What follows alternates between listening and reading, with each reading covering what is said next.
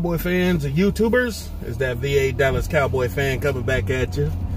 Sorry I've been MIA for a little while.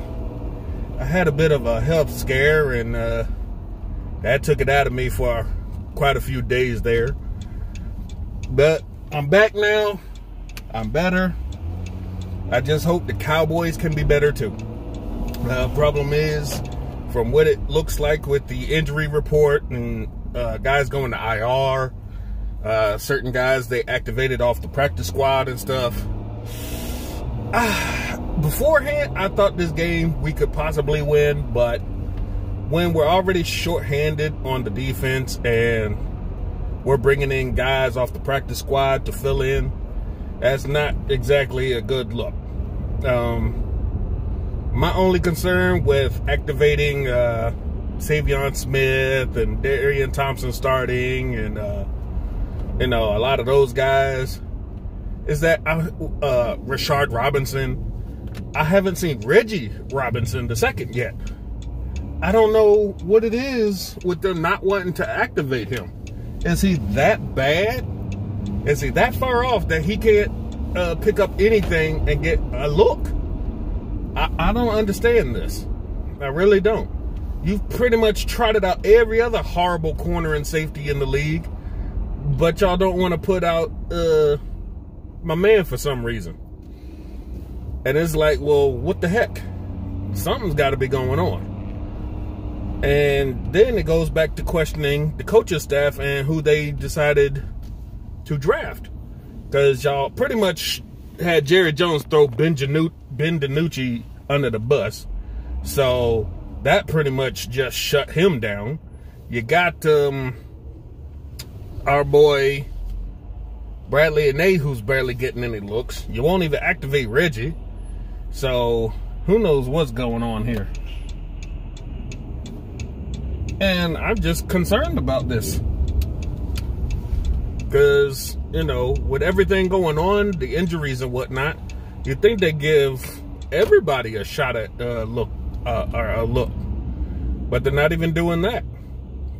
But I'm not a coach. I don't see what they see. Maybe he's just not there. I've been thinking about this team as Mr. Rome, Cowboys Fan Talk, has brought up on occasion. He's talked about culture.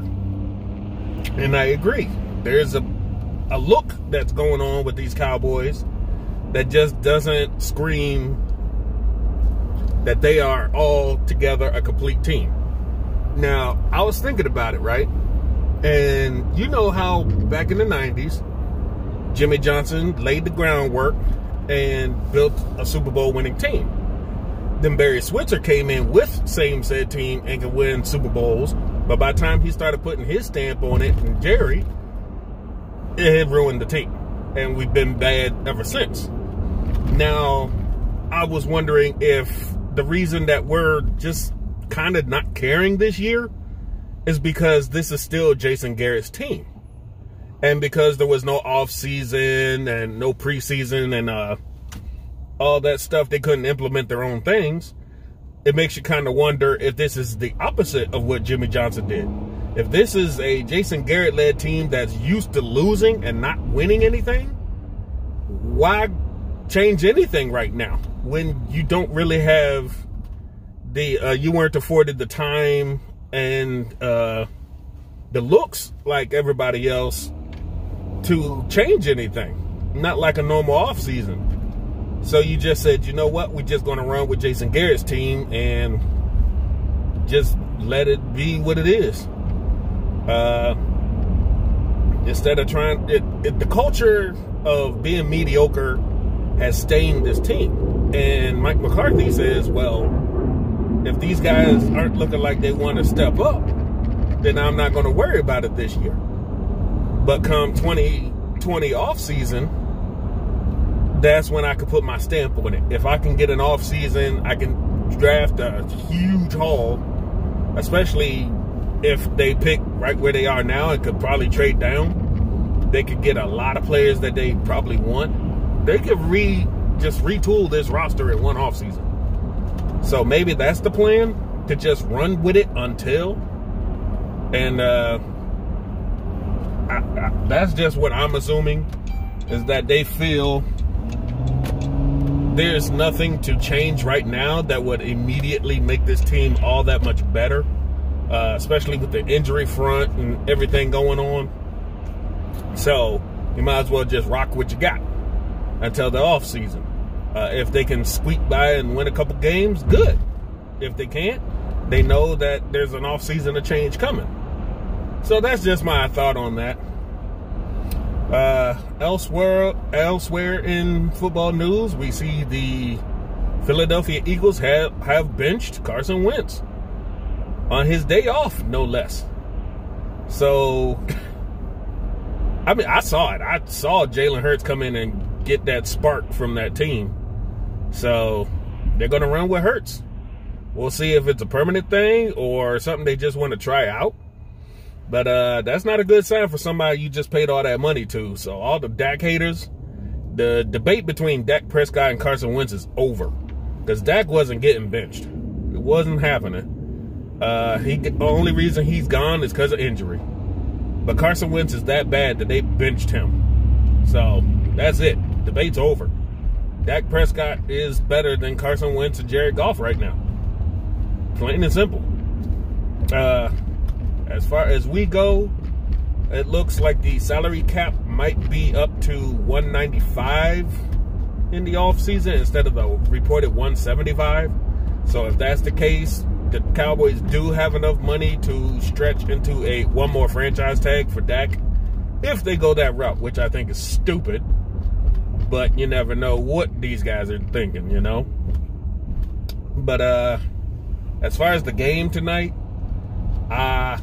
usually I'm the pessimist, but because my optimist guy and Mr. Rome has pretty much started seeing that this team is bad and he just can't get on the bandwagon of us winning this time, I'm going to go the opposite route of him this time.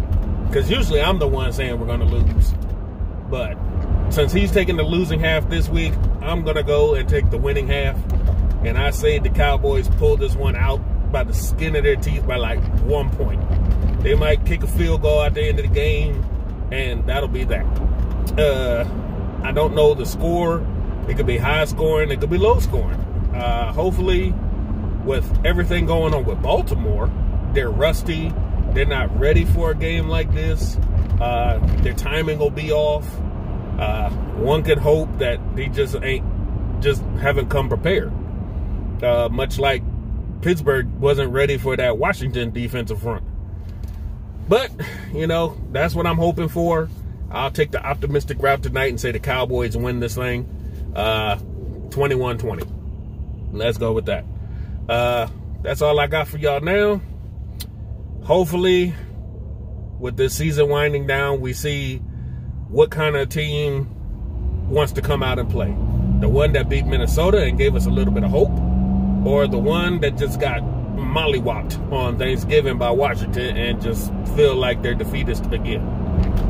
But one thing's for sure, when Dak Prescott showed up on that practice field last Friday, I think, this team perked up like no other. You could just feel the energy of this team beaming when Dak showed up at practice. Now, all the haters, there's no way Andy Dalton's bringing that. There's no way Garrett Gilbert's bringing that, or Ben DiNucci. That's all Dak. Dak is the heart and soul of this team. When he is around, this team wills itself to do things. So we'll see if that little pick-me-up from Dak last week got this team over the hump and says, you know what? There's nothing we can't do. Baltimore, they're nobodies. Let's beat them. But that's all I got for y'all now. Hope y'all have a good day. I'm definitely having a whole lot better day. Y'all take care. Stay safe. Be a Dallas Cowboy fan. Out till after the game.